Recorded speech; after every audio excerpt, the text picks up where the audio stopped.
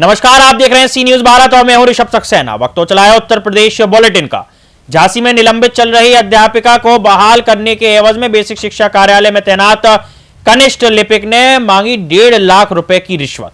क्या कुछ पूरा प्रकरण है, आइए इस रिपोर्ट में देखते हैं। यह मामला बेसिक शिक्षा कार्यालय झांसी का है, जहां बेसिक शिक्षा कार्यालय में कनिष्ठ लिपिक के पद पर तैनात रमाशंकर ने निलंबित चल रही एक अध्यापिका को फोन पर कहा कि यदि आपको अपनी नौकरी पर पुनः बहाल होना है तो आपको 1.5 लाख रुपए देने होंगे। 50,000 रुपए पहले लेंगे और बहाल होने के बाद 1 लाख बाद में देने होंगे। इस संबंध में निलंबित चल रही अध्यापिका ने जब अपने परिवारजनों को बताया, तब इस मामले को लेकर राकेश पाठक ने प्रार्थना पत्र के माध्यम से एंटी करप्शन टीम झांसी को अवगत कराया। तब एंटी करप्शन टीम ने बेसिक शिक्षा कार्यालय में तैनात कनिष्ठ लिपिक को medical college Jhansi gate number 3 पर रंगे हाथों पकड़कर गिरफ्तार कर लिया और कनिष्ठ लिपिक के ऊपर थाना सदर बाजार में सुसंगत धाराओं में अभियोग पंजीकृत करते हुए विधिक कार्यवाही की है। कितने पैसे मांगते हो, कितने पैसे दिए आपने? 1.5 लाख मांगे थे, 50,000। कहाँ पर दिए? Gate number 3। कौन लेने आया? मेडिकल। एक बात आप बताइए। रमाशंकर सोनकी। ये कौन है वहाँ पर? कनिष्ठ लिपिक है वहाँ पर। आपको किस किस लोगों ने परेशान किया? आप किस पे कार्रवाई चाहते हैं? एक तो बीएसए हो गए, बीएसए का जो असिस्टेंट बना हुआ था देवेंद्र, उसकी पत्नी इनके स्कूल में थी। उसको चार्ज दिलवाने के चक्कर में उसने तरह तरह के बीएसए के कान भरे और उन्होंने बिना जांच किए, बिना सुने कौन कौन उनके ऊपर कार्रवाई की है। कौन कौन इन्वॉल्व है? देवेंद्र इन्वॉल्व है इसमें, प्रधान उस गांव का इन्वॉल्व है। और प्रधान की तो ये स्थिति है कि उस मैडम ने जितने स्पष्टीकरण दिए हैं वो सारे प्रधान के मोबाइल पे। कौन है प्रधान? राजीव अहिरवार है वहाँ पर, पचरगढ़ का प्रधान। 1 लाख रुपए बकाया कि कब देने थे आपको? ये ज्वाइनिंग करने के बाद। कितने दिन में ज्वाइनिंग दिला रहे थे? अब तो सुना है कि कहीं मतलब पोस्टिंग कर दी है वगैरह गाँव में, तो वहाँ पर। वैसे जो उन्होंने 1.5 लाख मांगे थे, ज्वाइनिंग कितने दिन में दिला रहे थे पैसे? बस जैसे ये पैसे दिए, अब अभी आदेश मिला नहीं है, अब 1-2 दिन में आदेश मिल जाएगा। बाकी पैसे बाद लेने थे? बाकी ज्वाइनिंग के बाद देने थे। आप किस पे कार्रवाई चाहते हैं? शिक्षा विभाग को शिक्षा विभाग रहने दिया जाए, राजनीति का जो अखाड़ा बना हुआ है इसको समाप्त किया जाए। क्या लगता है कि लगातार शिक्षा विभाग के ही बाबू ज्यादातर इनमें इन्वॉल्व रहते हैं? पहले भी कई बार शिक्षा विभाग के लोग पकड़े गए हैं, ऐसे में क्या? शिक्षा विभाग में आज की डेट में अगर आप छुट्टी भी लेना चाहते हैं तो उसमें भी आपको पैसे लगते हैं आपके, आप समझ रहे हैं।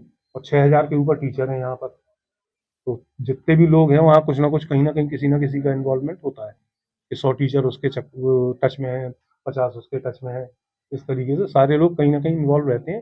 तो इस चीज को बंद करना चाहिए और शिक्षा विभाग को, क्योंकि ये भविष्य के नागरिकों को तैयार करते हैं। जब खुद असंतुष्ट रहेंगे तो आप ये बताइए संतुष्टिपूर्ण कार्य कहाँ से करेंगे? आपने जो एप्लीकेशन दी अभी थाने में, अभी तो ये रिश्वत देने के खिलाफ दी थी। अच्छा, ये देवेंद्र जो है, जो बना है वहाँ का विधायक, ये सरकारी मुलाजिम है या प्राइवेट? नहीं, सरकारी मुलाजिम है, लेकिन अपनी बीवी के फेवर में काम कर रहा, बिना सोचे कि वो क्या कर रहा है। गुप्त सूचनाएं जो ऑफिस की हैं वो तक प्रधान के मोबाइल पे पाई जा रही हैं। सर, एक कोई बाबू पकड़ा गया है रिश्वत देते, तो क्या है पूरा मामला, कहाँ से पकड़ा गया था? आज एंटी करप्शन द्वारा बेसिक शिक्षा कार्यालय में तैनात कनिष्ठ लिपिक रमाशंकर सोनकिया, जो कि किसी एक अध्यापिका को जो निलंबित चल रही थी उनसे 1.5 लाख रुपए में सौदा तय किया कि हम आपको बहाल करा देंगे और 50,000 रुपये पहले दे दो और बहाल होने के बाद 1 लाख रुपया दे देना। एंटी करप्शन शिकायतकर्ता श्री राकेश पाठक जी ने एंटी करप्शन से संपर्क किया और उन्होंने ट्रैप करके उनको 50,000 रुपये देते हुए मेडिकल गेट नंबर 3 से अरेस्ट किया है रंगे हाथों, और थाना सदर बाजार में एफआईआर सुसंगत धाराओं में पंजीकृत किया जा रहा है। आवश्यक विधिक कार्रवाई की जा रही है। झांसी से सी न्यूज संवाददाता अंकित साहू की रिपोर्ट। रुक करते हैं अगली खबर का।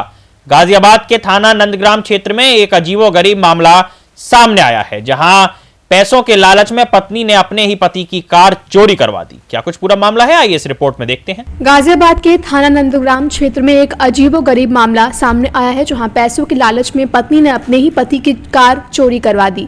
मामला गाजियाबाद के नंदग्राम थाना क्षेत्र का है, जहां पर शादी समारोह में आए नितिन त्यागी की जोएस फार्म हाउस मोर्टी से कार चोरी हो जाती है। इसके बाद पीड़ित द्वारा थाना नंदग्राम पर शिकायत दी जाती है और पुलिस द्वारा मामले में मुकदमा दर्ज कर आरोपी की तलाश की जाती है। इसको लेकर पुलिस ने 2 आरोपियों को गिरफ्तार किया है। पुलिस पूछताछ में आरोपी गौरव ने बताया कि वह गांव बड़कली जिला मुजफ्फरनगर का रहने वाला है और पवित्रा, जो कि नितिन त्यागी की पत्नी है, उसके संपर्क में था और उससे लगातार व्हाट्सएप पर उसकी बातचीत होती रहती थी। पवित्रा की उससे बात हुई थी कि 6 दिसंबर को मोर्टी में अपनी बहन की शादी में आऊंगी और मैं तुम्हें अपने पति की होंडा सिटी कार की चाबी दे दूंगी और तुम गाड़ी चोरी करके ले जाना। जो रुपए गाड़ी को बेचकर मिलेंगे हम आपस में बांट लेंगे। चोरी करने के बाद तुम मुझे गाड़ी की चाबी वापस कर देना। मेरे पति को तो इंश्योरेंस कंपनी से पैसे मिल जाएंगे।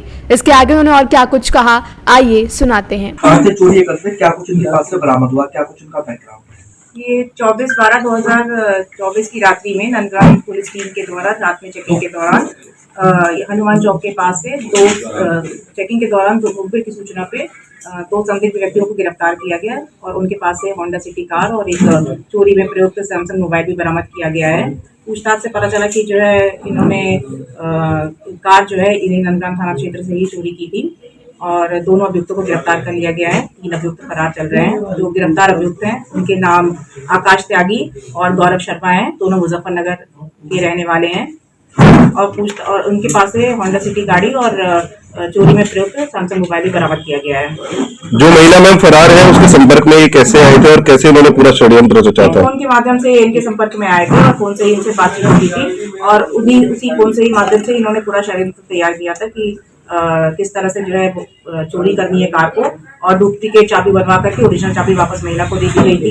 और उसके बाद फिर वो महिला ने बताया कि जो है कि पति का इंश्योरेंस है और वो इंश्योरेंस के पैसे क्लेम कर लेगी और जो गाड़ी बेच करके पैसे मिलेंगे वो हम आपस में बांट लेंगे। मैम पवित्रा नाम की महिला जिसके नाम गाड़ी थी, तो पूरे षड्यंत्र में वो भी शामिल नजर आ रही है। तो साफ तौर में विवेचना में या फरार अभियुक्तों में उसका नाम शामिल किया जा रहा है। बिल्कुल षड्यंत्र में इसका भी नाम है। अपराधी को इनके ऊपर 10 मुकदमे पंजीकृत है। मुजफ्फरनगर थाने में 9 है। यहाँ पे नंदगांव थाना क्षेत्र में 1 मुकदमा पंजीकृत है। इनका आपराधिक इतिहास भी हमारे पास है। महिला ने अपनी गाड़ी को खुद से चुरवाने की जो प्लानिंग थी वो क्योंकि क्या गाड़ी का मॉडल पुराना था या नई गाड़ी लेनी थी, क्या कुछ वजह निकल के सामने आई?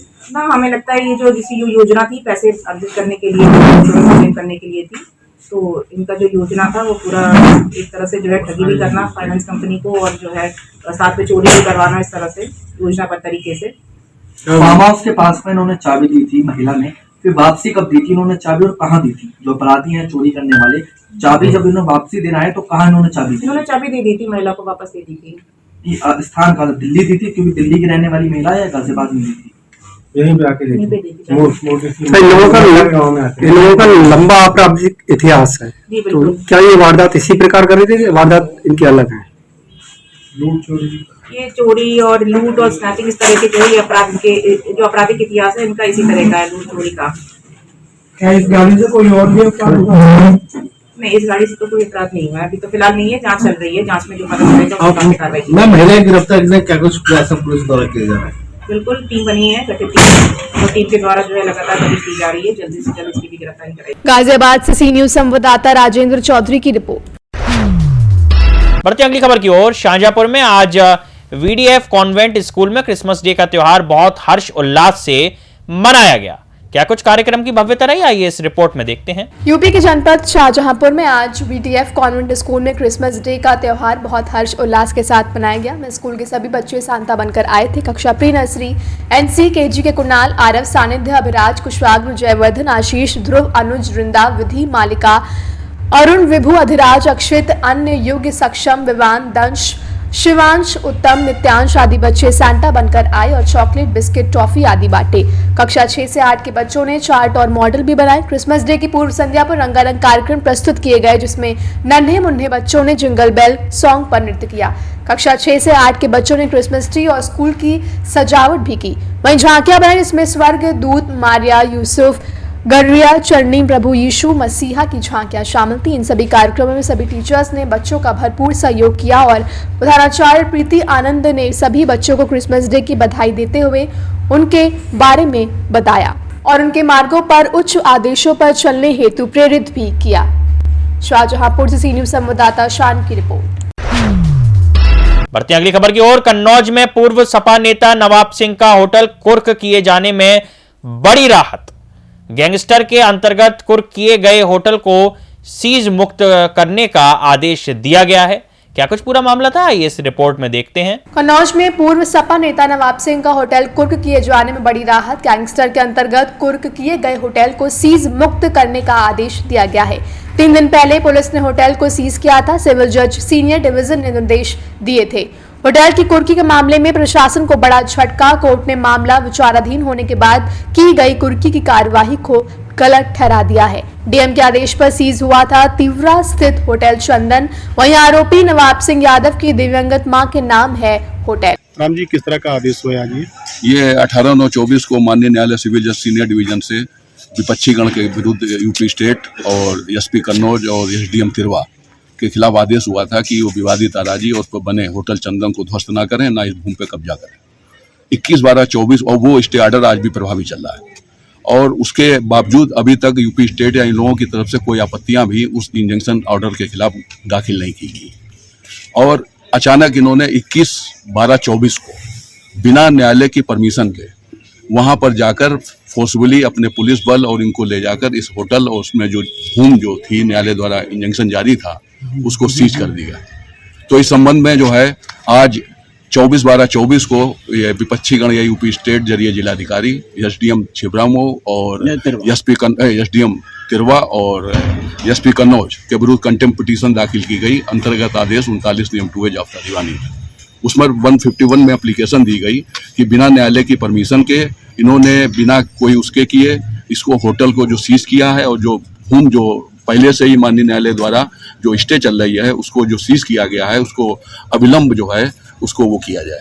तो माननीय न्यायालय ने उस एप्लीकेशन एफिडेविट और उस पर माननीय उच्च न्यायालय इलाहाबाद की नजीरों को वो करते हुए इस होटल को अविलंब सीज मुक्त किए जाने का आदेश किया है और उसकी अनुपालन आख्या 3 जनवरी 25 तक न्यायालय में दाखिल करने का कहा गया है।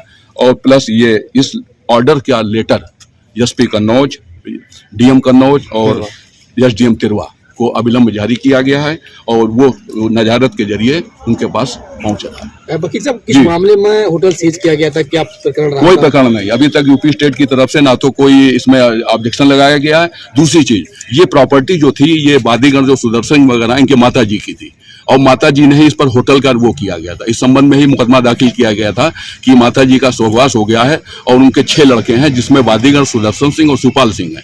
और इसमें जो नंबर 5 और 6 जो नवाब सिंह यादव जी थे और नीलू यादव उनको एक रेप अटेम्प्ट में फर्जी फंसाया गया। तो माननीय न्यायालय ने सब चीजों को देखते हुए इस भूमि के संबंध में इंजंक्शन जारी किया 18/9/24 को, जो आज भी प्रभावी चल रहा है। लेकिन कोई फटकार लगाई गई थी क्या? हाँ, इसमें उन्होंने माननीय न्यायालय ने खोला है इस बात को कि इसमें स्पष्ट रूप से जो है इसमें जो ऑर्डर में जो खोला गया है इसमें उन्होंने लिखा है कि इस प्रकार प्रतिवादीगण द्वारा उक्त स्थगन आदेश की अवमानना की गई है और होटल सीज होने से वादीगण को आर्थिक नुकसान हो रहा है। ये सब चीजों को देखते हुए माननीय न्यायालय ने बिल्कुल जस्ट ऑर्डर किया और इसको तुरंत तत्काल प्रभाव से इसको सीज मुक्त करके उसकी आख्या न्यायालय में जारी करने के लिए वो दिया और 3 जनवरी 2025 इसमें डेट लगाई है फर्दर सुनवाई की। कन्नौज से सी न्यूज संवाददाता सीबू की रिपोर्ट। बढ़ते हैं अगली खबर की ओर। लखनऊ में इंडियन ओवरसीज बैंक में हुई चोरी का खुलासा हुआ है, जहां जेसीपी एलओ अमित वर्मा ने खुलासे पर प्रेस वार्ता की है। क्या कुछ वो कह रहे हैं, आइए इस रिपोर्ट में देखते हैं। लखनऊ में इंडियन ओवरसीज बैंक में चोरी का खुलासे का मामला हुआ, जहां जेसीपी एलओ लखनऊ अमित वर्मा ने खुलासे पर की प्रेस वार्ता। इंडियन ओवरसीज बैंक में 42 लॉकरों को काटकर करोड़ों के जेवरात और नकदी लेकर फरार हुए थे। घटना में 3 बदमाशों को अरेस्ट किया गया। वहीं अरविंद को मुठभेड़ के बाद अरेस्ट किया गया है। बता दें, बैंक में हुई घटना में कुल 7 बदमाश शामिल थे। इनमें से 2 बदमाशों को मुठभेड़ में ढेर किया गया। वहीं मुठभेड़ में ढेर हुए दोनों बदमाशों पर पुलिस के द्वारा 25,000 का इनाम घोषित किया गया था। पुलिस कर रही अभी भी फरार 2 बदमाश विपिन और मिथुन कुमार की तलाश।